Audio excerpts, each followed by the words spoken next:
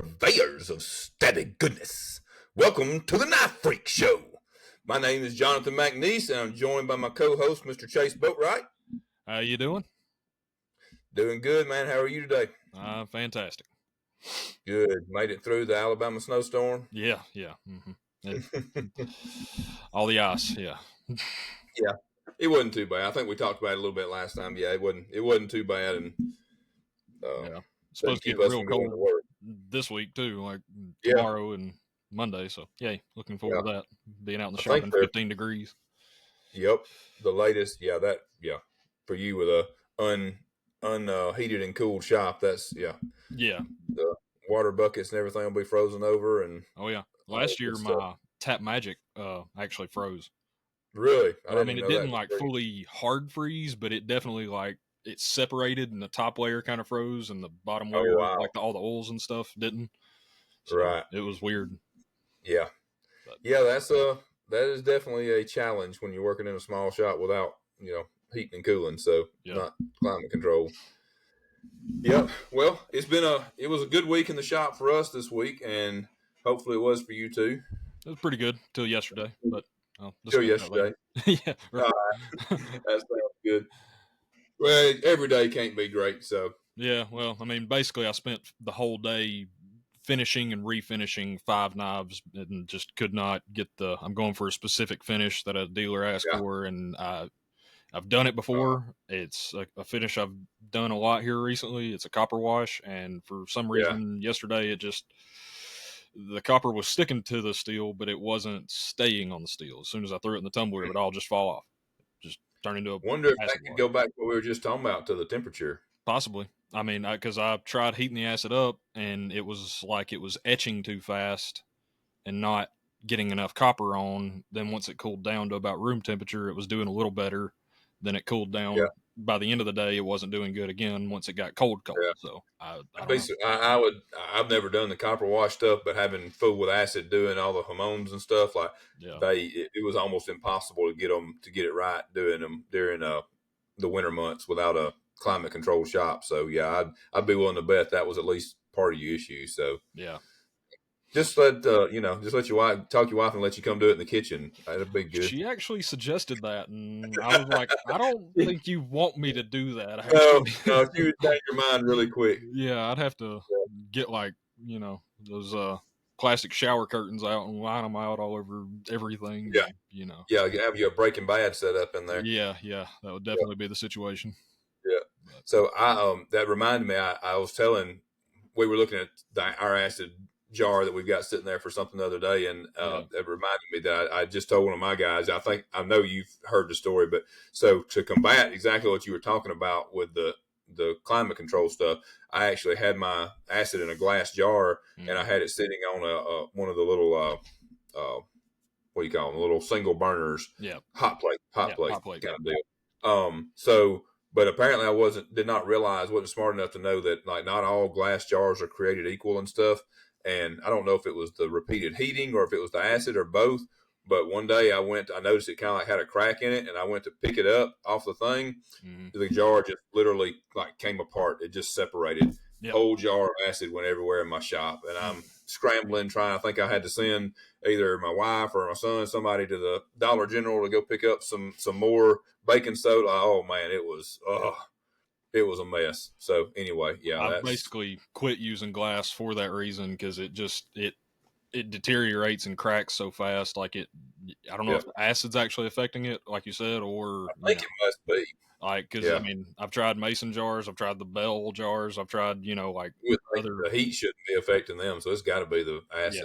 Yeah, and just it over time, it's not immediate. I mean, but 6 months down the road, it's all of a sudden you've got just a puddle of acid in the floor, and that's no good. If we were smart or kept up with stuff better, you could just about stay on a schedule every couple of months, swapping the jar out. But then who can remember to do that? No. But anyway, moving on from the acidic stuff. Yeah. So we in the news this week, we have a couple of things to talk about. One not great at all, and the other should be pretty good. So let's lead off with the not great news and let you tell us about that. Yeah. So we got news this week that the founder of Alpha Knife Supply, Chuck Bybee, passed away. His daughter Yep. Jessica posted that, and yeah, it apparently he passed on January 2nd, I believe, is what the post said, and yeah, Yeah. just a lot of thoughts and prayers going to the Bybee family. And Absolutely. I know I've used Alpha Knife Supply a ton. I know you have too. I mean, Yeah.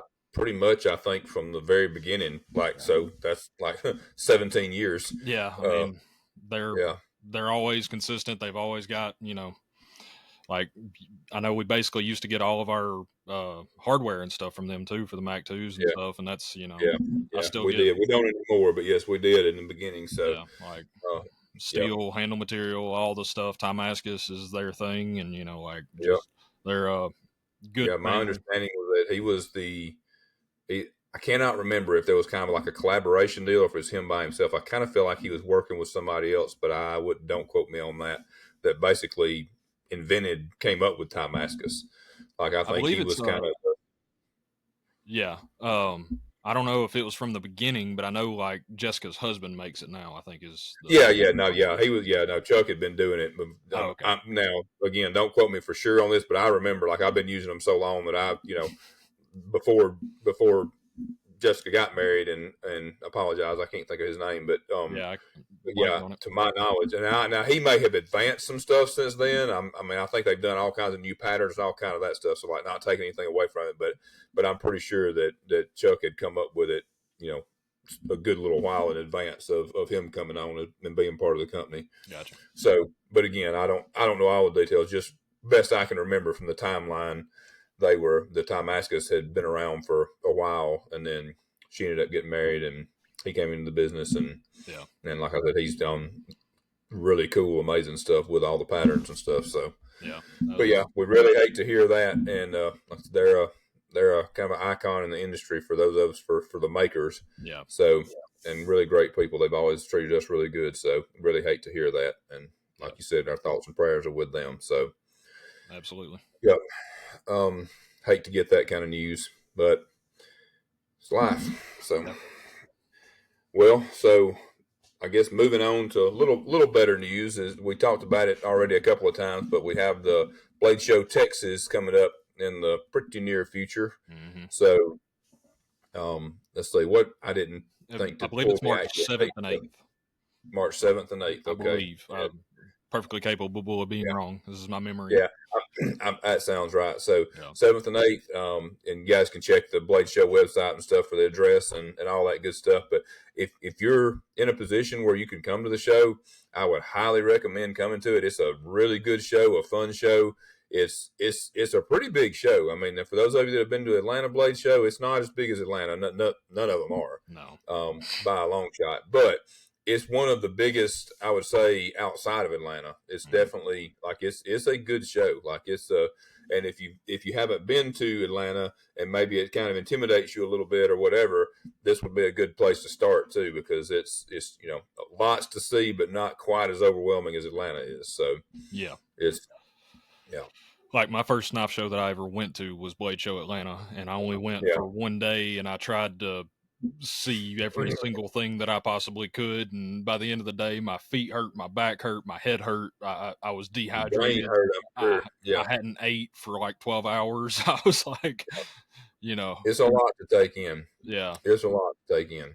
It was. So now, as we mentioned last week, I think when we talked about it, we've done it for the last couple of years now, and it's really, it grew the last time, and my understanding is it's going to be even bigger this year. So it's a really good show, really cool show. I like the environment. I like the venue. Everything is just it's a pretty cool place. So, do you have are you in a booth or a table?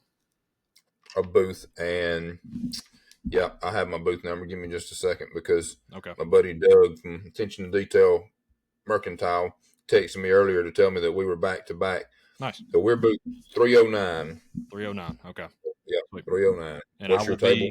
I will be at table 10K, so somewhere 10K. In the middle of the tables, but yeah. Yeah, cool. Yeah, the middle of the tables there is not quite as bad as being in the middle of the tables. No, it doesn't look like it on. I mean, it's much easier to find on the map, so I'm assuming it's not as a vast sea of cutlery. Yeah, Yeah, still lots, but yeah, it's not. You won't be stuck in the middle of a giant crowd quite as much. So Yeah. yeah, really looking forward to that. And the I don't I haven't looked to see who all is coming or whatever, but I mean, in years past, I mean, most of the major, bigger companies and stuff still come. Of course, you get a lot of as far as on the custom side, you get a lot of the Texas and the kind of Southeast crew there. Yep. A lot of slip joint makers there. So if you like slip joints, that's probably the show to be at. Really, really cool. So I know I've even talked to some makers that they were saying they were considering not even doing Atlanta anymore and just doing Texas. Like, so yeah, really, it's getting to yeah. that point where, people may be preferring it as far as on the custom side or, whatever. I'm not sure, but I'm sure some of that depends on the geography. yeah, Where they're yeah, closer to Texas anyway than. yeah. But yeah, do we want to maybe touch real quick? I know I've seen it for years. Every year somebody manages to kind of put out some do's and don'ts for shows and stuff. And since the show season's just now kind of kicking off, maybe we want to. I don't have a lot. I mean, it's some pretty Yeah. basic stuff, but maybe go over a couple of things that just to look out for if you've never been to a show, or if you've been to a show and maybe you haven't Picked been up on the quite as fact. courteous, or maybe you Yeah. hadn't picked up on some stuff. It's easy to do, man. I mean, it's Yeah. virtually nobody is doing anything intentionally or to be rude or whatever. It's just everybody's there. They're excited. It's a lot. So Yeah. So go ahead and throw out one or two things that you've seen that are just kind of know of that you think people need to kind of know as far as manners and do's and don'ts. First thing I would say would be aware of where you're standing, especially like in the custom maker table aisle area. It's Yeah, great that everybody wants to stand and hang out and talk knives and all that, but be aware if you are like standing in front of a maker's table, blocking people from getting to their table. They have paid for that space. That is their place of business at their this particular storefront. venue. So Yeah, for all be intents and purposes, it's their storefront. yeah, be courteous to that fact and try not to block a maker's table while, I mean, you may be standing at another maker's table, across the aisle, and a couple of people walk up and you turn into a big group. Well, just try to be aware of that, try to understand that, also people are coming, going, walking through the aisles. Like, just try to do your best to stay out of the way. If it Yeah, be courteous to your fellow knifesmen and knife women, yeah, and just try to be courteous of the other people around you. That yeah. basically covers a lot of the rules, but It does. It yeah. really does. I would agree with that. And sometimes, and even if you're, because I do this, like I go up, when I get to go a chance to get out from behind the table or the booth and go and chit chat with some of my buddies and stuff, other makers and all. I try, or if I'm just looking and I'm talking to somebody, I try to be aware if somebody else walks up to the table.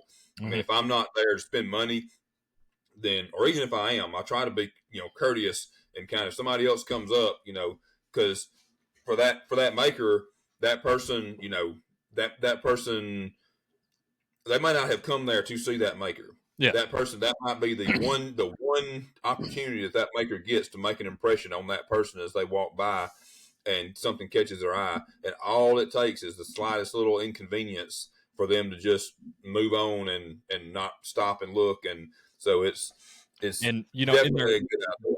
in their head, or they may even say it. I've had a bunch of people say it to me, like, and I've heard it a bunch of times too, like, "Oh, I'll come back to you," or whatever. Like, Oh if yeah, there's somebody, sort yep. of. You never see them again. I mean, But yeah, sometimes you do, sometimes you and it's do, and I've said it to makers too, and never got back to 'em. you And don't make it back. Yeah, like it's the show it's a long show, but it's also a very short show. And if you've ever been to a blade show or anything like this, you'll understand what I mean. But like, it's easy to not be able to get back somewhere. yep, that's right. So, so yeah, being aware of your surroundings, try not to block anybody, that kind of stuff. Just be courteous in general. Yep. I would also say be aware of your surroundings as far as when you're handling the knives. This is, Yes. we kind of touched on it, I think, a little bit before jokingly about the Bailey Song crowd. I think they're the worst about it, but when you're standing there at the table and even if you're getting ready to open a knife, flick it open or whatever, just make sure there's not somebody kind of walking up beside you as you kind of hold the knife out to the side or whatever. Let's not stab anybody or whatever. So let's keep the I don't blood think I've ever, inside. Yeah. That somebody always cuts themselves. I don't know that I've ever seen anybody cut somebody else, but yeah, I've seen some kind of close calls. So, mm-hmm. so watch out for that. On that note, guys, I know like you're excited to get to these drops that are like right at the beginning of the show, and there's in-demand makers and stuff, but do not run through a knife show. Like, not a good number idea. one, I hate to offend, but you're not moving that fast. You're not moving that fast. First of all, some of you are carrying your flip flops. They've run that year. Yeah, there's guys carrying their flip flops, waddling through Blade Show, and like, guys, just walk back there. You can walk at a brisk pace, but don't be stupid running through a building literally filled with sharp objects. This is stuff we learn in kindergarten. Yeah. Like, it's just, and usually with a big giant backpack on your back, and yes, like, and it's flopping around, bouncing, and they're weaving in and out of wherever they can get to get to their place, and I'm that's great. I'm excited. I'm happy for you that you're excited to go get a knife. And if you're the maker that they're running to, it's really cool, and yeah, it's great. If everybody, excuse me, if everybody would just walk, then be good. We would be good. Yeah. So you got to think. I mean, I will tell you, if you trip or bump a table or something on your way by, I mean, that could be thousands of dollars worth of, for some of the makers, tens of thousands of dollars worth of knives that just you hanging a tablecloth or something on your way by, and ripping all their knives off the table, man. That could be just, besides the danger factor of it, that could be just devastating to somebody's business. And if you can't afford to, to buy every knife on their table, then you might want to consider not doing things that could cause you to mess up every knife on their table, like running. Yeah. So, and on that note, I've never been a real stickler for people asking before they pick something up. I always kind of appreciate it when they do. At the same time, I don't mind if somebody walks up and picks up the knife. Some people do like for people to ask. It's just a matter of, I always want to pick it up anyway. It's not like I'm going to say no. So yes, I mean, this is a funny example. I don't know if you even remember this, but before I actually met you, I was at Blade Show 2019, and I came by your table, and you had a Dixon with a Hamon that was marked sold on the table. Yeah. And I was sitting there looking at it, not picking it up, and you said, "Go, feel free to pick it up and check it out." I was like, I didn't want to because it was already bought and paid for. I didn't, but that was. Then a couple months later, I'm sitting in your shop, but that is a pretty cool story. But that was like on Sunday, I think, or maybe late Saturday, and I'm sure you had seen 1,000 faces by that point, and right, yeah, it kind of runs together for sure. That is one thing I will say for the customers. Like I talk to a lot of people, I talk to a lot of makers, and I may have talked to you, every week leading up to the show, but I may have never seen your face or met you in person. So like, I've had people come up to me and be like, "Hey, how you doing?" And like, and you can tell that they think you know who they are. Yeah. And it's being behind the table. You see a lot of people. It's like a fire hose of faces, basically. And if you've seen them before, it may have been a year since you saw them. I mean, there's a lot of water under the bridge, between that time. So that's not like a big one, but like a simple introduction, and I'm guilty of this too. I walk up to people, that I met 5 years ago and be like, "Hey man, how you doing?" And they don't know who I am. That blank look goes on their face and like, "Ah, crap." Yeah. I'm remember me? Yeah. I'm that the other guy. Thing too is I have trouble with, I'll have people who, I'm really bad about remembering people that I communicate with on social media by their username. Yep. And so they'll walk up and either say their real name or it'll be on their badge or whatever. And I will not have a clue No. because I'm so used to now. Like if they told me their username or if they had it written on their badge, that's actually a really good idea. If if you're pretty active on social media, like if you're really active on Instagram, it's not a bad idea to write your username on your badge because I can almost guarantee you if I've interacted with you much at all on Instagram and you come up and I say your username, I'm going to know who you are. Yep. But half the time, even people's what's supposed to be their real name on Instagram is not actually their real name anyway. It's essentially like two usernames basically. So it's like, yeah, I get a little confused on that. So it never hurts to add that or even mention it as hey, I'm so and so. I'm Big Dude 77 on Instagram, whatever. Yeah. If that's a real name, then hey, Big Dude 77. I just made that up, but if you're listening, hey, how you doing? So yeah, the other thing, guys, is be careful when you're picking up the knives. Obviously, this should go without saying, but at Blade Show, Texas, the first year we went, they did not have carpet on the floors. And we took a bunch of Automax. You see where this is going? I knew exactly where it was going. We took several Cerakoted Automax. Guys, they got dropped on that concrete floor, I think at least 5 times. Like we got lucky, and some of them it didn't do anything. I had at least one that it put a little blemish in the Cerakote. Somebody came along and I still had it out so people could see it or whatever. Somebody came along and offered to buy it at a little bit of a reduced price, and so I did. So I mean, but the thing is, and some of the people would apologize or tell it just really bothered them. I don't know that I ever remember anybody offering to buy the knife, which in reality, I'm not trying to be a jerk, but in reality, that's kind of what you should do. If you drop somebody's knife, especially if it does any kind of damage to it, the old break it, you buy it policy. If you drop it and put a scratch on it and that maker can't sell it to anybody else, you kind of are responsible for that. Yeah.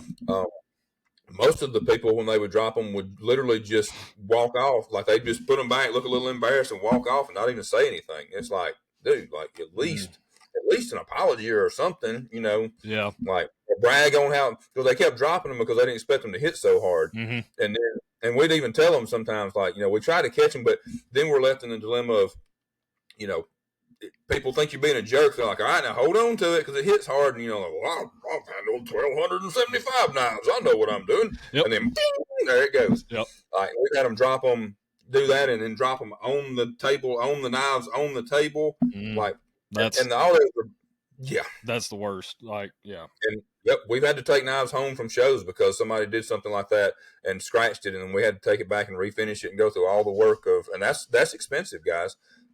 Time and the effort, especially stuff like Cerakote and some of the finer finishes and stuff. It's just a stone wash. It's not that big of a deal, but yeah. So anyway, just be careful. Pay a little extra attention. Be careful when you open the knife. And I think now there's carpet on the floor, so if there's not, be extra careful. But just don't open it over the table where you might accidentally drop it on the whole table full of knives. And please do not walk up and open and wrist flick knives as hard as you can. Yeah. That's another thing. I've had people sit there and wrist flick, and let me just say, our knives do not need to be wrist flicked open. If you know how to open our knives, they open just fine with the thumb. There's no reason to ever wrist flick it in the first place. But even if it requires wrist flicking to flick it open, guys, when you open a knife and the harder you open it, the more wear it creates. You are putting wear on a knife, period. 100%. So we're there trying to sell new knives. If you stand there at the table and you open it, wrist flick that thing open real hard multiple times. And I've had people stand there while they're talking to me, just whack, whack, whack, whack, just over and over. It's essentially the same thing as doing a burnout in the dealer parking lot. And then exactly. Not buying the knife. I mean, it's one thing if you've already, you already signed the paperwork, you're headed out the lot, burn those tires. I don't care. Do what you want. But yeah, but be a little smart. There's that funny video that goes around. Can I flick it, or what does he say? Can I snap it? That's what. Can I snap it? Yeah. Don't be that guy. Don't be that guy. He did ask at least, but don't wrist flick it out, and don't try to take it to the extreme, guys. It's just not. That's just not cool. So anyway, And now I guess since we had a question about it a couple of episodes ago, we might as well go ahead and throw in there, wear deodorant, guys. Yeah. Like, you don't like deodorant, at least wear like the natural kind, whatever, just you're going to be in there this time of year. It won't be as bad. It'll be cool enough. We won't be all hot and sweaty, hopefully, but still, you're going to be in there around a bunch of people. Like, have a little bit of just general hygiene and, try to be a presentable type person. Yeah. So I did want to say one more thing, and this is more on the maker side. This is to all the makers and exhibitors out there. Stand up. Be at your table to talk to people. Be at your booth to talk to people. Don't read a book. Don't be scrolling on your phone playing Candy Crush. Stand up. Be at eye level with the people walking by and talk to the people. That's what you're there to do. You're not there to play on your phone and just expect knives to fly off the table. That's not what you're there to do. Yeah. You're selling yourself as much as anything. Don't do all that. And those of us that do act like we care about the customers will just sell more knives. Yeah. So, I mean, this is just a friendly tip. It's not, I'm not obviously in charge of you. You can do what you want, but just my 2 cents. Unless you are one of those rare people that has such a following that like they're just going to come to your table and you're going to sell out whatever, no matter if you like slap them in the face with a wet fish, whatever, with a wet fish when they walk up, then yeah, it matters. Like so, and those people are very few. Those people are basically the legends that and yeah, I mean like. They become legends by acting like that. So no, yeah, like I mean, you got somebody like Ron Lake sitting there. He's been around a while. I'm sure his feet hurt. My feet hurt, and I'm 20 something. So like I'm a little better with that with the older makers, but like the dude that's a couple years older than me, just sitting all weekend, playing on his phone, and then mad because it's a quote unquote bad show. Yep. That's bothersome, but yep, it is. So, and guys, like, I mean, not to whatever, be too tough on people, but like, that's the kind of stuff you pay attention to as a customer as well. Like, you can kind of tell, you come to the shows one of the big reasons to come to the shows, besides handling the knives themselves, is to meet the people behind the knives and to get to know them in person. Mm-hmm. And like, that stuff matters. Well, I mean, it matters to me. So if it doesn't matter to you, then I mean, that's fine. If you don't mind if somebody acts like they don't care whether you're at the table or not, then that's fine. But if they act like that to me, I've got to be extremely interested in what they've got, or I'm moving along. Yep. Like so. But so yeah. So speaking of one of the good people, wanted to do the freak of the week this week and that would be. Oh, sorry. That will be Mr. Jason Gallagher. Yep. And Jason's Instagram is @gworks.us, and he's a mutual friend of Jonathan and mine and Jonathan's. I don't know how that works. Ours. Yeah, that works. But yeah, Jason does a lot of cool stuff. Right now he's launching some new autos that he does a lot of different things. Jason's he's a wealth of knowledge in a lot of different areas, and it's interesting. Super smart dude, super cool dude, super nice dude. Like, yeah. He's basically on speed dial for me when I run into a problem. Yeah. So but I mean, that's the thing. He can walk you through, CAD CAM issues, and he can, forge a knife with some of the best of them, and and a bunch of stuff in between. He can make fixtures and jigs. He can do, he's got a lot of knowledge. Very wide base of knowledge for sure. So and so the stuff he's doing, like I know he's been ramping up and getting everything in place as far as all of his vendors for the stuff that he needs and all that. It's like he's getting ready to really hit the ground running with these autos. So and they look really cool. So I'm anxious for you guys to start seeing them. So yeah, please go check those out. Yep. G-Works. It's at G_works with a W or works with a W. Yeah. I'm just going to spell it at G_WERKS.US. That's Jason. So. There you go. Yep. Yeah. Go give him a follow. Check him out. Definitely worth checking out for sure. Yep. All right. So. All right. On to the next. What? I'm sorry. I was stepping all over you there. No, you're good. We're both trying to move things along at the same time. Yeah, I didn't know what I was saying anyway, so if you want to take it, you can. So the next thing we were going to mention today was we wanted to get into a little bit of something we've been wanting to talk about is talk about design theory, kind of how we design, what we think about, what, just all the different aspects of it. And it can be a pretty broad topic. So I thought we'd maybe kind of break it down in just small bites and talk about it a little bit along. And that way, instead of just having like one podcast that's about nothing but design, we'll just kind of take a little nibble at it here and there as we go. So what I wanted to mention today was kind of the early stages of it. So in other words, like what prompts you to start a new design, and kind of just the first stages of how do you go about starting a design. Like where do you start? Like not necessarily your take on what kind of things influence you and that kind of stuff, but just like what makes you want to start a new design, and what kind of where do you start, like pencil to paper, whatever. So Yep. let's let you answer those couple of questions and we'll go. Yeah, for me, I always start with pencil and paper. I don't think I've ever went straight into CAD and designed a knife. I've designed like variations in CAD and just went straight from there, like on a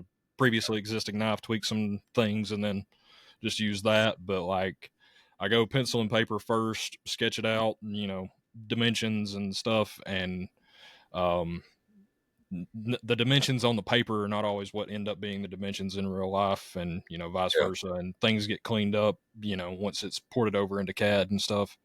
But as far as what prompts it for me, I should probably have a better process, because right now I'm sort of willy-nilly about it. I kind of do what I term live R&D, where I'll just, if I want to make something, I'll make it, I'll post it, kind of see how the reception goes. Yeah. And but I can make one and not make it again, and Right. it's otherwise non-consequential for me as far as making like a singular model. um Right. and like I did that earlier not earlier this year, last year, with the mudlark. I wanted more of just a simple basic using knife, and that was sort of where a lot of my designs kind of have, they have the harpoons and they have the clip points and stuff, and they, I like them and other people seem to like them, but I wanted something a little more pared down, a little more, I guess, simple. And Yeah. that was what I kind of came up with. It still kind of had some, you know not just basic lines. I mean, there were basic lines, but it still had a little bit of, I guess, stance and attitude or something, Right. ethereal about it. But um you know I did those, and kind of made a batch, and they were perceived pretty well. But that's just one of the things. Like, I don't necessarily have like a true process as far as like a whole big planning point. It's usually more so Right. just inspiration on my end and seeing Yeah. what I can make. Yeah. At this point in my career, I'm a little more free to do those type of things, and I think you were probably there at some point, Yeah. as well, Oh, where for you just sure. kind of, Yeah, I think most people are, yeah, and even I think that always continues to a certain extent. Like yeah, you just get something in your head or whatever, whether it's be from you know you saw something that somebody else did that sparked something that you're not trying to copy what they did, but it's like you saw somebody that did a specific blade style or this or that, and you're like, oh yeah, that I like that blade style a lot. I want to maybe do something you know with whatever. I want to do a recurve, or I want to do a whatever, and then you come yeah. up with something. So I yeah. I, I kind of So think in terms of that, like where I'm trying to kind of capture that same ethos in my design language, where like yeah. I've got another knife from another maker that was sort of in that same design vein, where it was just a simple, straightforward using knife. It still got some Right. curves that I know are sort of part of his design language, but I, you know, was kind of trying to capture that in my own way. Right.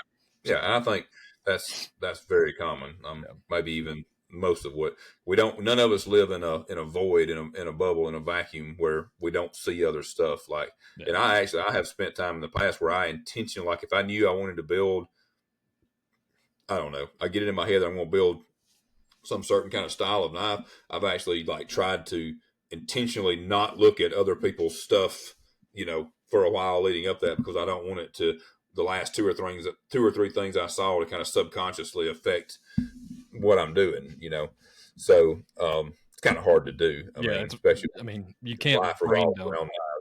Yeah. So let me ask you this: what about size and stuff? Like, do you go into it like, okay, I'm going to design a knife with a 3-inch blade? Like, where does that factor in? Like, or do you just kind of Sometimes, like I've got like my Lavaca. It's a sort of 2.5-inch bladed folder, and I knew I wanted to design something smaller when I started designing that, and yeah, like so that sort of carried through. But for the most part, I don't know. Sometimes it does. I'll have that idea that I'll be like, okay, I want to make a sort of sub 3-inch sheep's foot design, and like right, kind of go with that. And sometimes it's just I'll see a blade shape and I'll start trying to draw it, and see what my hand can actually draw in my style that makes it look right by my eye, and it kind of just ends right, up being the size it is. So right. Yeah, that makes sense. That how makes about you sense. on that? Um, Mine now is usually driven more by like size and stuff like that. Like, it's kind of more like I come up with a certain size that I want, just because it goes back to what we talked about in the previous podcast about the fact that you want to be creative and all that, but you're also in business, and you know it'd be great if you come up with some super cool design that you think is great and you get it out of your head, but then if like 5 people buy it, that's not really a very good time investment for me. Yeah. So you know I'm trying to think of things that if and trying to read the market. If I think the market is that 3.5 inches is the sweet spot, then and I'm going to design another 3.5 inch blade, or I want to go a little bit bigger, and we get tons of people asking for specific size blades and stuff like that. So it a lot of times it starts with kind of like a specific size in mind, and sometimes a specific blade style. Like, Yeah. okay, I want to, I really want to do a Warncliffe, so I maybe sit down and I start with the blade. Basically, what I do, and mine starts, and it used to be just like what you described more or less, but now mine pretty much starts in CAD, and I basically just take and I draw a line. Like, if I want to make a knife, say with a 3.5 inch blade that's a Warncliffe, I draw a line that's like 3.5 inches, and then I know that my handle is going to be 3.5 inches or just a little over. With, if possible for me, it's going to be really close to 3.5 inches, because I'm going to try to make it as close to 1 to 1 as possible. But Yeah. so then I'll draw another line that's basically, or I'll extend that line, whatever. I'll have a break there, so I know, so I have a visual reference of, okay, this is 3.5 inches, and then this is 3 3/4 or whatever. So I'm allowing myself some design space for the handle and for the blade. And then I basically go to work on the blade and draw it inside that confined space that I'll kind of decide. Sometimes I'll decide how tall I want it to be too. A lot of times that just kind of happens naturally. And a lot of times I'll draw it and I'll think, oh, that looks great. And then I go to measure it and the blade's like 3/4 of an inch tall or something. I'm like, well, crap, that's way too skinny. Like, that's not going to work. Yeah. So I've been there before. It's hard yeah, to tell proportions and stuff, especially on CAD, and yeah, like exactly. you think it Yeah, looks right, and then you do an actual measurement, or I've printed them off before and been like, oh, okay, I guess yeah. guess Not what we're I going back to expected. the drawing board. Right. So yeah, I just kind of start like that, a little bit more, I guess, methodical as far as size and stuff like that, and then I start letting the creative stuff inside of certain restraints kind of start flowing with that. So it's yeah, and it's sometimes it starts, the prompt is that just I've got an idea in my head, kind of like you said, that I want to try, and then um, sometimes it's, hey, I feel like this is a spot in the market that we want to be able to, I want to be able to have this size, this blade shape, this whatever, Yep. as kind of a place in the market.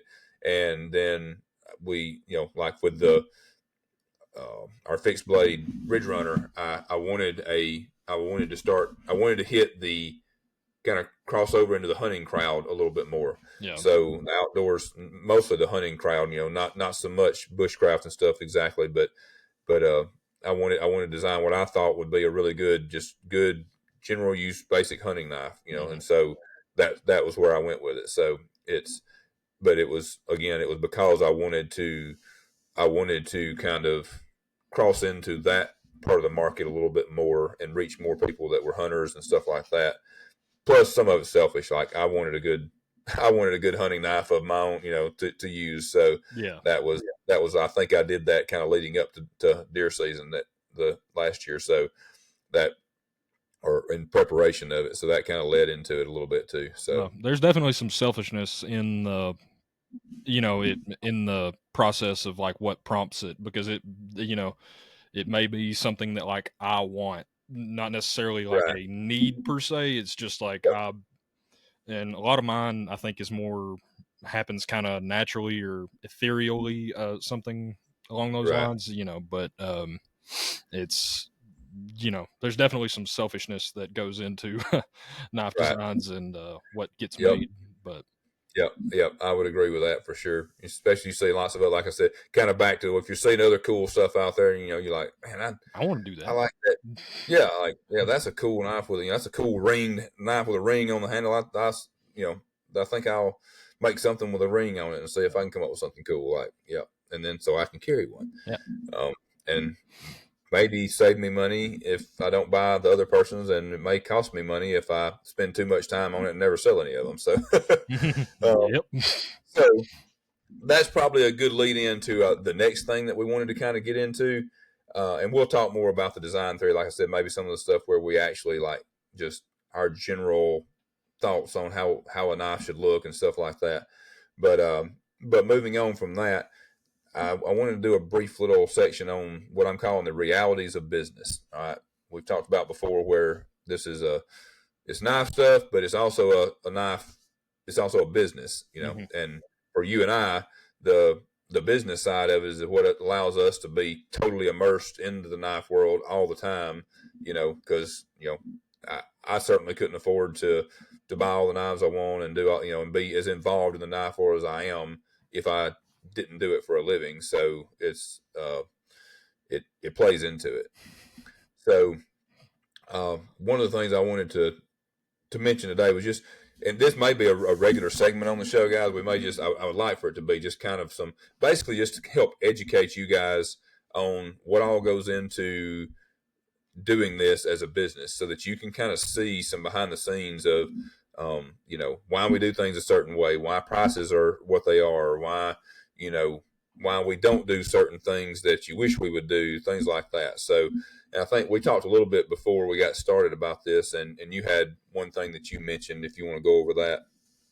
Oh, well, I don't know if I was actually going to get into that, but I will say it in a different way, I think. But Okay. I guess devaluing a maker's work, or I don't know. I don't know how to say this in a non inflammatory way, I don't think, but just especially with everything being handmade, there's a fair amount of my, I guess, pride also in the product. And it's, sort of an insult to me if you insult the product in a very real way. And not that anyone was necessarily saying whatever it was wasn't worth it. It was more so like, I don't know how to. Basically, somebody, let me throw you a lifeline here a little bit, Yeah. since I put you on the spot. Basically, somebody was trying to talk you down some on the price of the knife, or whatever, like Yeah. trying to get you to sell a knife for less than you know than the price that you quoted them. Yes. So yeah, and basically, like you're saying, and it is that is one of the hardest things about being in a creative type business. Like if you were trying to sell that person a knife and you were just a knife dealer, Mm-hmm. and you had just bought that knife at wholesale cost or whatever, and this person was just trying to get you to take a little bit less for it than what you wanted, it might still aggravate you that they're trying to cut into your money, Yeah. but it wouldn't be anywhere near the same effect emotionally as it is when it's a product that you created and you feel it's worth a certain value, certain amount and stuff like that, like it And becomes more like a personal, emotional insult. Like, it's also really personal when it's, that's part of my mortgage money. That's part of my, right, what keeps the right, power bill paid. That's, right, like that, it becomes real personal at that point where it's, it, yep, you're trying to convince me to take even less money than I'm already getting. And right, I don't make a lot of money. So, that's right, that gets real insulting real fast for me. So, right, right. I'm quite sure that the other person, I can guarantee you that the other person in this case was 100% just doing business. Like, they're just trying to make a good business yeah, deal. it was no ill Like, intent, but it did, fire me up a little bit. And yeah, sometimes you just you got to stand your ground and say, sorry, them's the yeah. chips. But Well, yeah. I mean, it is. I mean, you can only take the emotional stuff out of it. yeah, As a business person, you can only afford to sell your product for X amount. yeah, Like, before you start to lose money on it or whatever, it's not. And you have to factor in when we say lose money. I don't necessarily mean that like he's going to get less than the materials that he put into it. yeah, You got to think about, like, if he hadn't spent, say it took him 10 hours into that one knife. yeah, Well, how much would 10 hours worth of work be, you know, if he was working somewhere else at a real job, yeah. for one thing? And that's only one of the factors. Like, Traditional employment, we call that. traditional employment. Yeah. Yeah, yeah. Not a, So, it's a real job. right, It's a right. whole lot of work if it's not. Oh, if you don't think this is a real job, I'll let anybody come try to see if they can pull it off and deal with everything. Yeah, it's fun So, being the CEO and the janitor at the same time, but and yeah, everything in between. But right. And yeah, well, and I feel you on that, but then it also, when you get to the point where you do have people that are doing some of the other stuff like that, we talked about that before, but in the last episode about mistakes and stuff like that, yeah, I that don't becomes a envy whole your other. position either. Trying Right, to right. be in Sometimes it's way charge. easier to just go scrub the toilet than it is to Yeah, try to get somebody to do something right or whatever, or to be responsible or whatever. So, 100%. um, Yeah, I wasn't meaning that. In any sort of no, way. I'm Yeah, just showing the two different. Like, there's yeah, always, like, yeah, there's neither way is all roses and sunshine for sure. So, yeah, and so one of the things that's been on my mind that brought this up, and again, there's like, this is probably something we can talk about nearly every episode. Just have a little segment on this. So, the thing that's been on my mind the last few days on this is because I've seen people recently, making comments about. I think it was in respect to the uh, it wasn't on like comment on my stuff or whatever, but I went down a rabbit hole looking at stuff about the knockoffs and all that crap, and then the comments that people were, people coming back and justifying the knockoffs basically by saying that the people that are making the original knives are overpriced, and a piece of steel costs X amount and a piece of handle material costs X amount, and why are they charging X amount for it, when that's all those pieces of material cost or whatever. And basically, which, number one, guys, I don't care if the knife is overpriced grossly, like, it doesn't make it right to steal the person's intellectual property and to steal the intellectual property of their brand and everything else. Like, I mean, if I think a car is overpriced, I'm pretty sure I'm not going to get away with just taking it and stealing it, yeah, or I think if it's, if I go to a dealer and they've got it priced at 70 grand and I think it's worth 50, I'm pretty sure I can't just throw down 50 grand and grab the keys and drive off and be okay. Like, it doesn't justify doing immoral things just because you think that the price is too high. yeah. All right. And so, And just for the record, I think your knives are priced very aggressively, and like, like I well, don't you're think saying that they're. knowing what goes into them. This is true. Right. So that's, and I don't think we don't get a lot of heat. I don't feel like, at least not directly, about the price of our knives. I mean, there's always going to be people out there that whine. To be honest with you, most of the people that are actually vocal and whine about the price of something, whether it be our knives, whether it be anything, it's not that they think it's too high. It's just that they can't afford it, and it makes them mad. And so they lash out by saying that the price is too high. Guys, I got news for you. If the price is too high, if you can't afford something or you think the price is too high, don't buy it.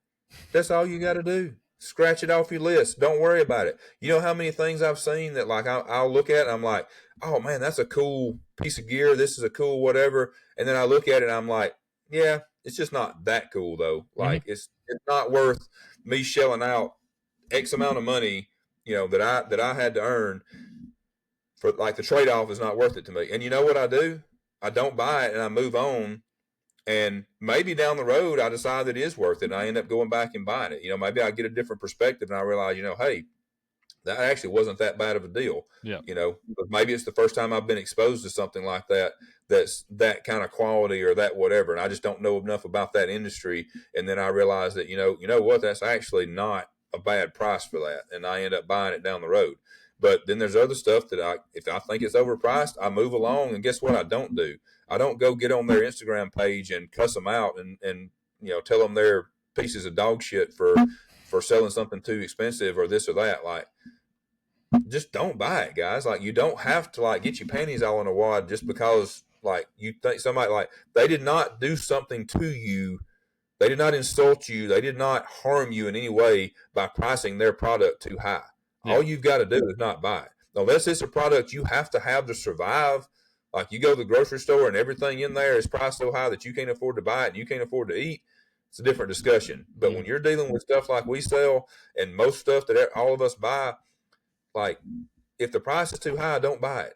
Don't get mad. Like, there's no reason to be mad. Like, that's that person's business. That's what they feel like they need to charge. If you disagree with them, that's fine. You can totally think that it's overpriced. You can think it's a piece of crap, but there's no reason to get mad at them about it. Like, if they're not forcing you to buy it. So if it's not worth it to you, don't buy it. Yeah. Period. And like, that's simple. I would say, like, that a lot of the people that are, can't afford it are more so in the it's not worth it to me category than the I actually can't afford it. Oh, 100%. Well, if they're, in this knife collecting, knife trading, knife buying, selling sort of game, there's a lot of money that can be spent on, is it, do you want 10 knives or do you want this one knife? And it's not, that's right, bad either way. But I mean, you can have 10 Kershaws or you can have, something, a Sabenza or whatever. Like, it's just, where do you want what is more worth it to you? That's what you're saying. You most of the time it's not actually I can't afford it. It's I don't value that more than I value these other things. It's exactly what it is. And but then when you start whining about it and fussing about it and like literally like, calling people, greedy this, greedy that, whatever, like, well, how are they being greedy? Because they're not forcing you to buy it. Like, if they had you in a position where you had to buy it, it would be different. But you don't have to buy it. And if you don't buy it, guess what? They don't get any of your money. So there you go. But people want to act like immature babies about it, and just because they want it and it's more than they think it's worth, then they want to, but they still want it. They want it bad enough to act like a little baby and whine and cry and throw a fit online.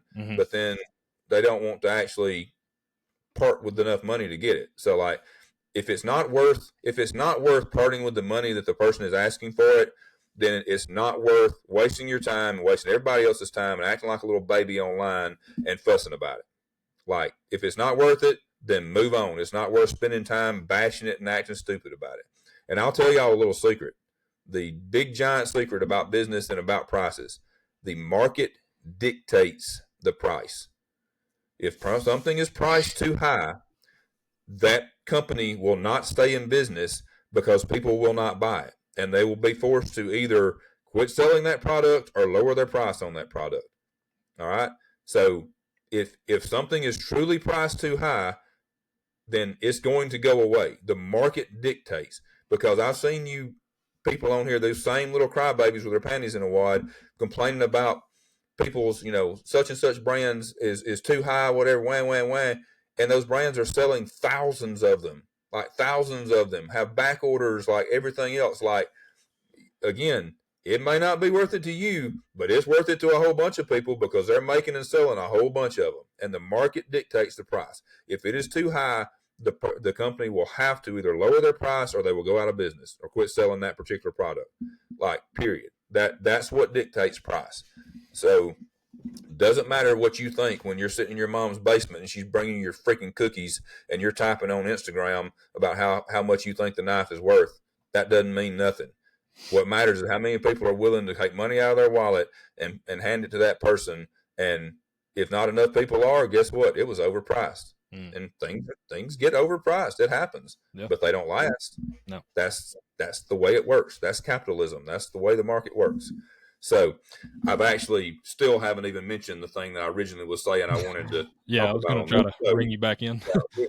Reel me back in here. I'm trying not to get too much of a rant on this, but no, the factor that I want. This is one factor. There's a lot of different factors that go into the cost of making something, guys. One factor that I noticed because I was walking past some of our multiple scrap bins and stuff.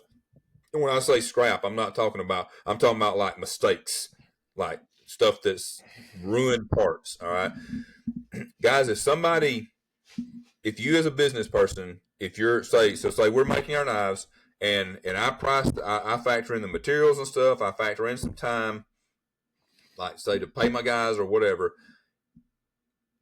If you price it too bare bones, like if you don't leave yourself enough margin, so you assume everything is going to go perfectly and you're never going to mess anything up, you're never going to ruin any material, and you're running on a really thin margin, which is what a lot of people act like we're supposed to do, like have it cut so thin that like, you've got enough to buy your materials, keep the lights on, and a little bit, enough to pay, like you mentioned earlier, like pay your mortgage, whatever, like a little thin margin on top of there. Well, guess what? If you're running that thin and you happen to screw up and you mess up a whole pallet of handles, and then the next day you mess up a whole pallet of blades, guess what? You're going out of business pretty quickly if you keep doing that because you don't have enough margin built in to be able to absorb any mistakes. And let me let you in on a little secret here. There ain't nobody out there making stuff that doesn't have scrap, that doesn't make mistakes and mess stuff up. I don't care how long they've been in business. That's one thing I've learned about this manufacturing stuff. Like everything never is going to go perfect. You're never going to have it. You're never going to get things so dialed in that you don't mess stuff up and you don't have problems. Yep. All right. There's not, especially not when you introduce human error and stuff. You try every time you bring a new person in and you start training them on something, they're going to mess something up. Like the people that have been here forever, but I mess stuff up constantly. I probably mess up as much or more stuff than anybody. So that's the way it is. And if you have your margins on your prices so thin, the way, again, those crybabies would like to see it, like what they think is supposed to be priced at, you would never actually get that product really to market, at least not. You wouldn't be able to even survive like the prototyping phase and all of that, because we all know, we almost always scrap stuff and everything in the prototyping phase, especially when you get into like mass manufacturing stuff. Like you wouldn't even be able to absorb any of that. Like all of that stuff has to be built into your pricing, because if you don't have enough profit margin and you start messing stuff up, then you just took a loss for that batch, for the next week or two or whatever. And you cannot stay in business doing that. Like you just can't. Yeah. So the power company doesn't care that you screwed up about your parts. Like the mortgage company does not care. Like it's just like every other, all you guys out there paying your bills.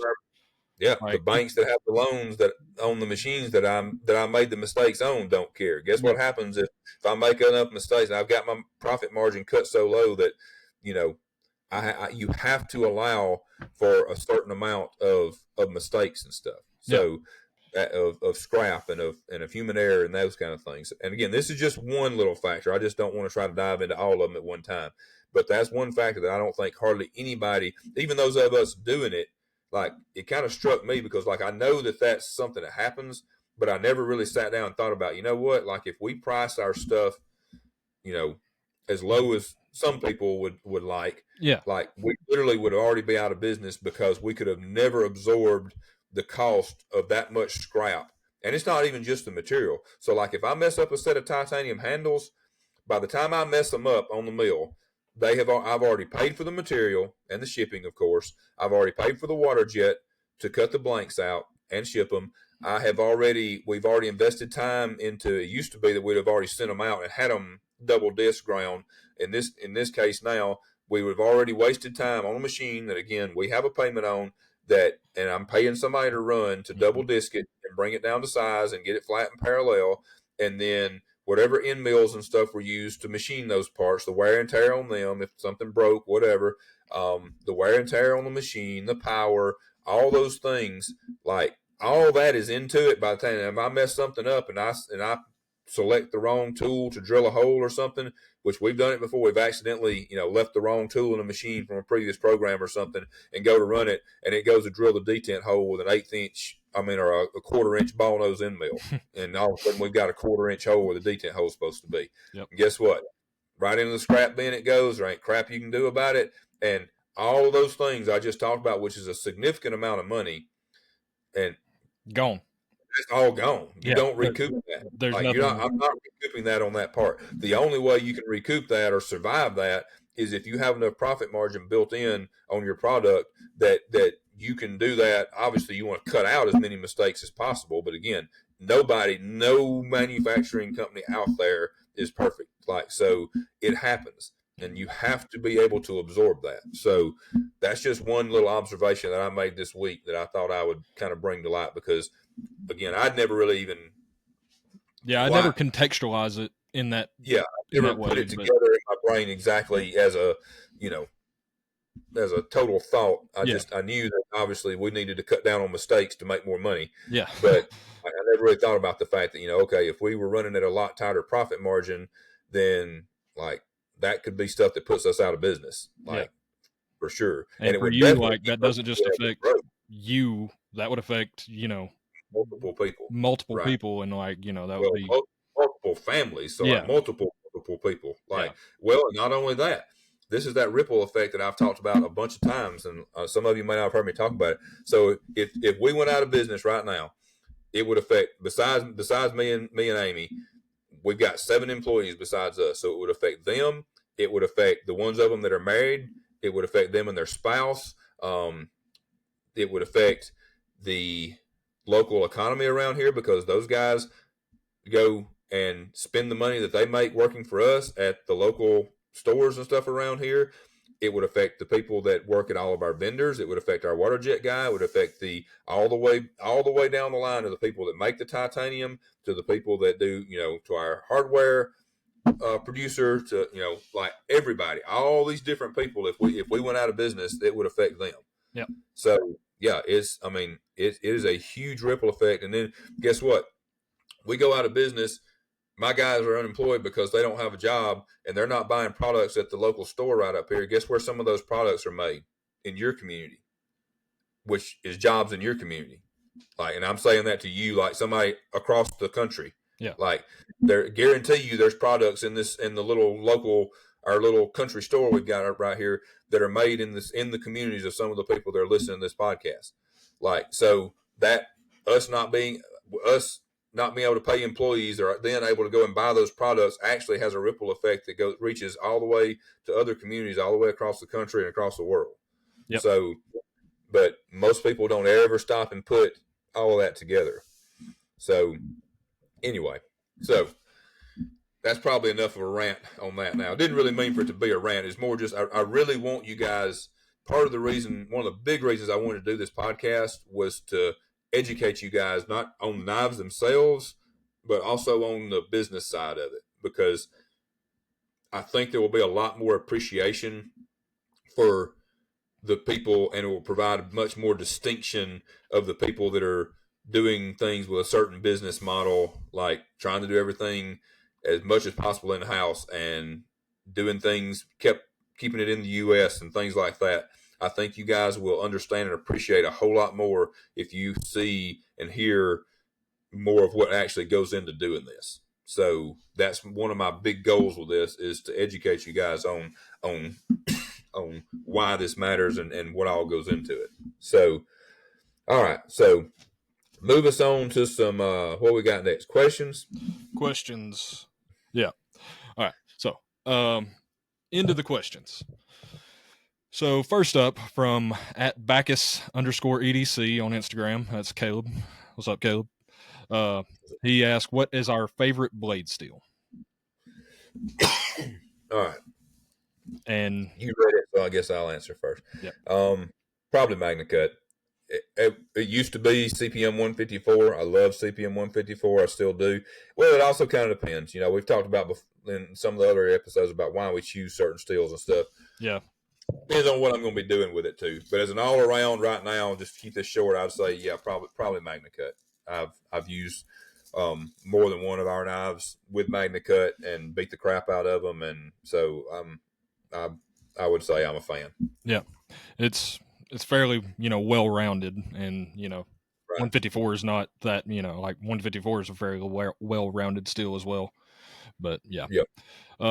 For me, I would probably say it's tough because there's my favorites as far as making stuff I actually like to grind and finish and stuff like that. Yeah. And then there's as far as favorite using, but I would say in general, CPM Crewwear is one of my favorites. It's not as rough as some of the other steels. Like M4 is ridiculous to grind. I don't know if I'll ever even buy another bar of M4, but I've bought multiple bars of Crewwear, so I like how it works. I like how it it's not that bad to finish. It finishes a little better than 3V. 3V can be kind of weird, like as far as putting a satin on and stuff, but right. Crewwear is pretty good bench line, or pretty good, in my opinion. I like it. So we'll go with that. Yep, I agree. I like that. All right, what we got next? All right, from at MattD.Lancaster on Instagram as well. He asked about the possibility of a 3-inch Tanto Mac 2. And I'm going to say no. Right. Oh, wait, that was for you. No, right now. Yes, we probably will eventually do that. I think if I remember right, I hand ground a couple at some point. Yeah. So there are a couple of real rare ones floating around out there that we did that too. I really want to do it. It's just a matter of balancing the machine time and stuff for all the different projects. And as we've already talked about on the previous podcast, we're trying to get a new design out this year, which means that stuff like that is going to get kind of pushed to the back burner. But with some of the things that we're doing right now, I'm working really hard to try to get to the point where we can basically have more capability so that we will not be as limited in how many things we can do at one time. So in other words, buying more machines and that kind of stuff. So, yes, down the road but probably if it happens this year, it would probably be late this year, and maybe not this year at all. Like I said, we're going to focus really heavy on the new folder design and on at least probably 2 or 3 more fixed blade designs. So yes, but not yet. Sweet. I'm great the interest. Yeah. I'm just not a fan of Tantos. That's why I said no. But, not that my opinion matters. He doesn't ask me when he goes to do things. He just does it, what he wants. He likes the Tantos. He likes the Tantos. So, all right.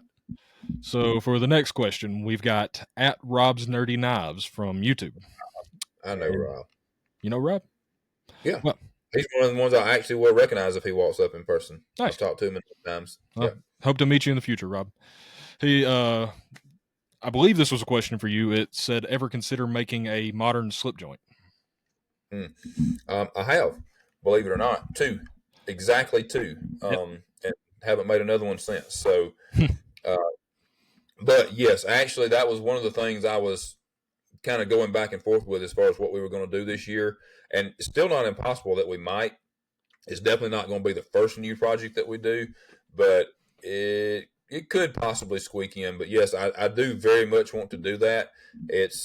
That's a very popular, and actually they weren't slip joints, but I made frame lock versions of slip joint patterns, essentially the side busters specifically, years ago. Like, I don't know when I made the first of those, probably, Lord, that's probably been. I've seen some of the early ones. I don't know how long ago they 8 were. or 9 years ago at least. Yeah, probably. Like that, the very earliest ones. So, and then into the more recently, in the last, 5 to 6 years ago, into the front flipper side buster that was a frame lock. But I would like to make, and I think there's probably definitely a place for some good American-made modern slip joints. There's a lot of really cool modern slip joints out there, but from what I'm seeing, not a lot of American made. Not at least not in the production world. There's some guys doing some really cool stuff as customs, but so. Yes, I have already considered it. Have actually already played with some modeling and design stuff, but there'll be a learning curve there because even though I made those two, I wasn't even 100% happy with them. So definitely got some stuff to learn and do that. But what about you? You ever thought about doing that? Well, I made exactly one slip joint, and it kind of works. It's not great, but yeah, it kind of works. Making a slip joint is a lot different than making a frame lock. There's Amen.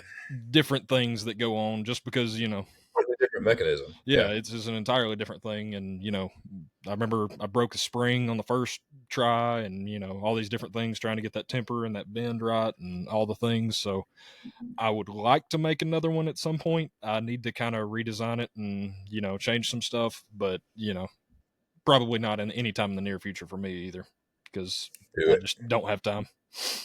Yeah, Kind of that busy would be making other cool. knives. Yeah, I am looking forward to you doing that though. I think it'll be cool. Yeah, I do have some parts actually cut out for it, but just Well, there you go. it's going to take me a week to build one knife versus Right. a week. Yeah, back to the whole business thing. You got to Yeah. pay the bills. And Yeah, it had to be like a prototype. weekend project. I think that's Yeah. when I cut out those parts and stuff. Was on a Right. weekend one day. So, Yep. All right. We got one more question. one more question, then we'll let you guys go because we're already running over an hour this time. Oh Again. wow, we're Yeah, talking. we're getting long winded the more that we do this. So, Yeah. apparently, some people like that though. So, all right, this is from C Nodor FT82 on YouTube. He says thoughts on productions that are legit and not IP theft, such as the Fox Terzola OG ATCF or the Riot Kirby Lambert Rain.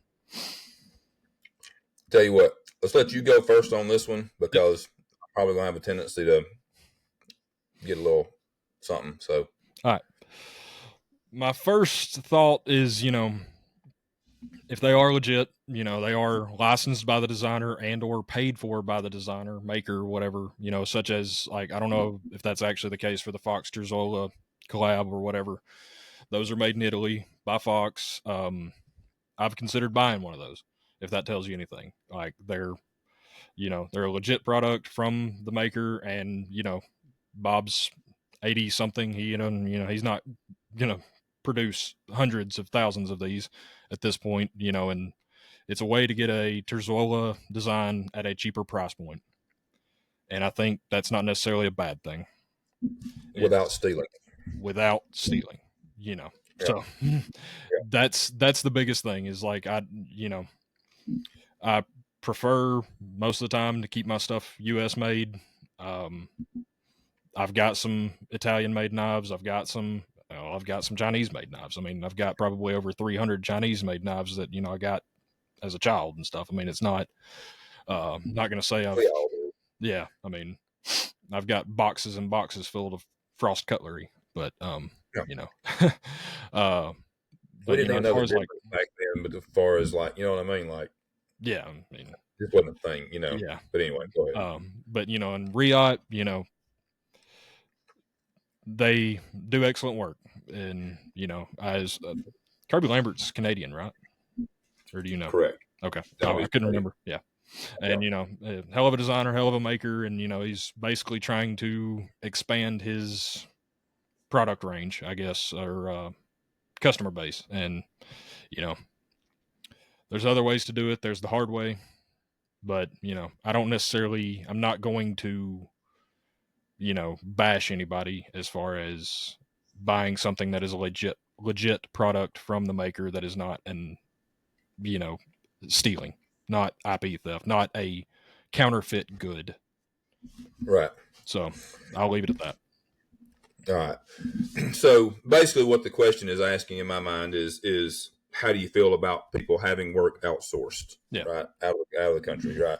So so my thought on it is there's not technically anything wrong with having stuff outsourced. Where I run into a real problem with the outsourcing is when we're outsourcing to a country that is an enemy of the state.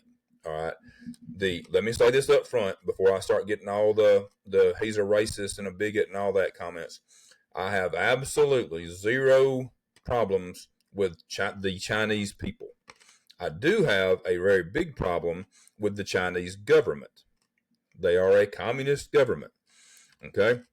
So, and that goes for any country that is, it's just that that's kind of the biggest, they're the ones making most of the knives that we're talking about and stuff, right? Yeah. As far as Yeah. anywhere that, like there's probably some being made in some other communist countries, and I would feel the exact same way about them. All right. And part of the reason I feel that way, but again, back to the not, having anything against the communist people, one of the things, against the Chinese people, sorry. One of the things that I do not like about the communist government is how they treat the people. Like, I've seen multiple people that just left there, that were very happy and made statements that just they were way better off gone. You know what I mean? Like, if you talk to all these people that want to act like it's not so bad, don't seem to be the people that have actually lived there. Yeah, so the people that actually live there seem to be the ones that think that it's bad and it's no good and we shouldn't support it. I shared an office when I went to the University of Alabama. I shared an office with a girl for 3 years that was from Beijing, and she's a very sweet girl. Still consider her a friend, and she talked a lot about the freedoms here versus freedoms there, and things like that, and the fact that they can't have Google or YouTube or stuff like that. All that's controlled. Right. They have a state-sponsored sort of website system, as it were. Right. Like everything is controlled as far as what they see, what they hear, what they do. So yeah. So without getting too deep into the socio-political communist state here. So basically, my number one problem is supporting countries that are our enemy and that are not, that are communist run countries. All right. And you can say whatever you want, but every time you buy a product that is made there, a certain amount of that money goes to the communist government. That's the way the communists operate. Like, a certain amount of that money goes to the communist government. You also do not know, and I've literally seen comments like, well, it's not like they're using slave labor. Really? I'm pretty sure that's kind of what communist companies are known for. Countries are known for. So, like, and are you seeing the insides of their factories? And if you are, you're seeing what they want you to see. You're probably not seeing inside their factories anyway. So anyway, without getting too deep into the whole communism is bad thing, like, as far as outsourcing, I do think it is morally wrong to outsource to a country that is the enemy of our country and is a communist country that does not treat their people well. But the countries like Italy and stuff, but places that are our allies, places that are, not a country that's considered an enemy of the United States, I don't really have, that's not morally wrong, in my opinion, to outsource stuff there. I still think it's better if you can do as much as you can yourself, for a few reasons. That it goes back to that ripple effect that I was talking about, because there's no denying. So say somebody, and I've had other makers kind of make this argument with me that, like, well, we have employees too, and we put money into the local economy and stuff like that. Well, sure, you do. If you've got employees, you got people that help you with marketing, you got people that help you with shipping and distribution and all that. You're contributing to the economy. Yes, you are, and that's great. But you are not contributing as much as a company that keeps everything made completely in the U.S. You're not contributing to the U.S. economy. You cannot beat 100% staying in the U.S. Like, that's the max, right? So if you are using another country and doing it, and you're not keeping 100% of what you're doing made in the U.S., then you're not keeping all of the money in our economy. So in my mind, the more we can do, just like, nobody seems to have a problem when somebody says shop local, right? Everybody seems to agree that that's a great thing. And that is the exact same principle that I'm talking about. You could say instead of saying shop local, you could say build local. Yeah. It's the exact same thing. The exact same principles that make shop local a good thing are the exact same principles that make build local or make local a good thing. All right. So for some reason, people start getting. I know why it is, because people are they're making their money by not building local, by outsourcing, and so they want to find a way to justify it. But and again, I'm not saying it's wrong, but I do think it's better. And I mean, I don't buy everything local. Like, I mean, we're not nobody. I don't think can do that at this point. No, it's not But like it was in the 1500s where you could get everything in your village. Like, don't go down right, right. There's Everything doesn't come from your village or the couple of surrounding villages or whatever. But still, again, the principle, like a buy local, the same principle applies to build local. So if you can, we should put that on a T-shirt, by the way. That actually is, yeah. Thank you. That's a trademark. That's our thing. Nobody steal it. No, actually, I mean, I think that's a great way to look at it. And so, while there's not technically anything wrong with outsourcing to other countries, I do that are not communist countries. I do think it's the best thing that you can do is to do as much as you can in the country. And like you said, it's the hard way. I know why a lot of people don't do it. It's a lot harder and it's less profitable. Yeah, I mean, I've been approached by a few of the Chinese companies, wanting to do collaborations, wanting to do, offering OEM work and all the stuff. And, Yep. I'd probably be in a better financial situation if I did. Yeah. But well, I don't want to. That's not what I want for my brand or my business or, so. Yep. Yeah. I just posted a reel, yesterday, where I screen grabbed where one of these companies had DM'd me. And let me tell you something else. We talked about in that last podcast about their scruples and stuff. Mm. So I have gotten virtually the same DM from multiple, mentioning the same. We work with X company and X company and X company. And I've gotten it from multiple different people claiming to be with multiple different companies, all with more or less the same cut and paste email mentioning the same people that they work with that are U.S. companies. And then, so I posted this yesterday, and then one of those companies that in that DM claimed to have worked with, they commented on my post and were like, no, we've never worked with those people. They do outsource, like they do have some of their stuff made in China, but they said they don't know that person. They've never actually worked with that company. And so I don't know if they're all just flat out lying, if they have like kind of like brokers that bring in business and then distribute it out to the different factories. Yeah. Or if the different factories are just going out and, one factory is going out and using, all these different fake names and fake business names or whatever it's all basically still being made in the same factory. I don't know, but it's definitely some shady shit. Like when you got multiple supposed companies by multiple different names, multiple different points of contact reaching out to you, all cutting and pasting the exact same DM, and then apparently now it's not even true unless it's possible that company, the American company that I'm talking about, actually might have worked with those people. They just may be using a different name in the DM they sent me. You know what I'm saying? Like it could technically be the same factory, just them going by a different company name or whatever. Well, I mean, even I'm not saying that bad about. I'm saying that's how shady the Chinese companies are, that they'll do anything to get the business. I mean, of the known companies that we, that people consider legit and stuff, I mean, Civivi is Syncut. Artisan is CRJB, and so I mean there's multiple things happening all within the same, it's different names and things get moved around, and it's so I mean it's very likely that it's just same people working behind a bunch of different names and doing stuff. And I've got those DMs and emails and stuff too. Yeah, and they probably say the same things as the one I've got. And like I said, they're supposedly from different companies.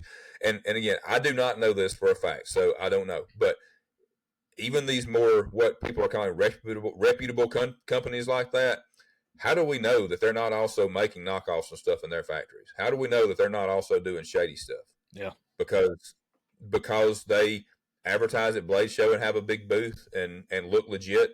So we're going to assume that everything that they do is legit. Maybe it's a stretch, but yeah. So I think that about covers the foreign productions. got to step out for a minute. If you can update the people on what you're doing for Blade Show Texas. Got you. All right. So for Blade Show Texas, we are still figuring out a plan. I was really hoping to have the prototype for our new folder to bring there, but I don't think there's any chance that's going to happen. There's just too many things in flux. We're having to get some new equipment to do some stuff the way I want to do it for it. So I want to do it right. I want to get set up doing it with some new processes that we're going to try to figure out. So I don't think that's going to happen. We are going to bring a bunch of our new finishes and stuff that we're doing, including our new black anodization that I hope you guys have seen already on Instagram. If you haven't, please go check it out. It is super cool. I'm super excited about it. I've been wanting to be able to offer something like that for years. We're still tweaking it, but we've got to hopefully make it a little faster and easier. But we have figured out the anode process to be able to make some stuff black.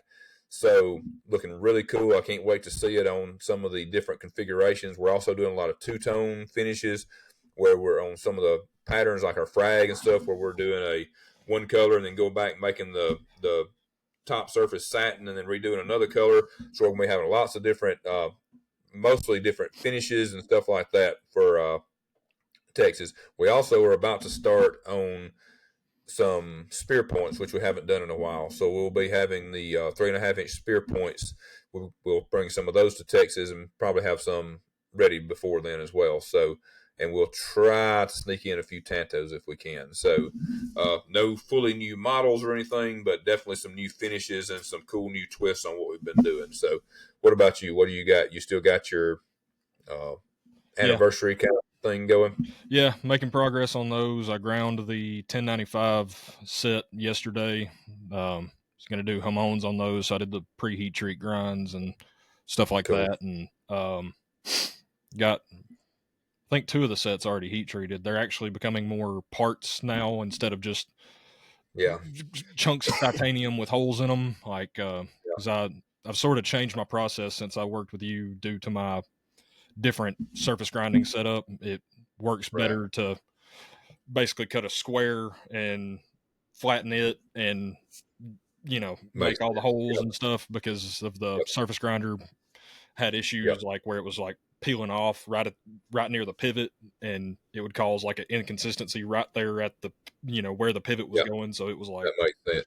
That was not where, you know, if there's anywhere I'd need it to be flat and parallel, it's right there. And that was the one place it was getting bad. So like I had to kind of change what I was doing a little bit. And so I finally got all those parts, you know, profiled and all that, and making progress. So good. That's pretty much all I've been doing, and fighting with copper wash. But you know, I don't need to get into hopefully all that. Maybe you can get it warm enough in there to make that work. Yeah. All right. Well, we did run a little longer again. We're going to still try to keep it closer to an hour, guys. We just kind of I actually didn't think we had that much to talk about when we started off today, and then neither do I. Well, we also kind of added a segment in the middle of the thing with the whole Blade Show do's and don'ts. And that's true. That's true. We probably should have saved that one for a little closer to the time, but there you go. Bonus content this time, guys. Yeah. That wasn't even in our plan. So, all right. Yeah, I winged that. Sorry about that. All good. I mean, you know, I'm good. All right, so guys, we appreciate you. Please do us a favor and let people know if you're enjoying this at all. Then please let people know, share it. Please subscribe, like, all that good stuff. We really appreciate it, and we would also appreciate if you don't already. You probably do since you are here, but if you don't already follow both of us and all that, we'd appreciate it if you do. I'm just McNees Knives everywhere, basically, and Chase at Boatright Blade Works. I've got Boatright Blade Works, and that's on Instagram. I've got Boatright Blade Works Facebook page and group and all that, and boatrightbladeworks.bigcartel.com is my website. So cool. That's where I'm at. We appreciate you guys, and we will be back again next week. Yeah, and in the meantime, let your freak flag fly.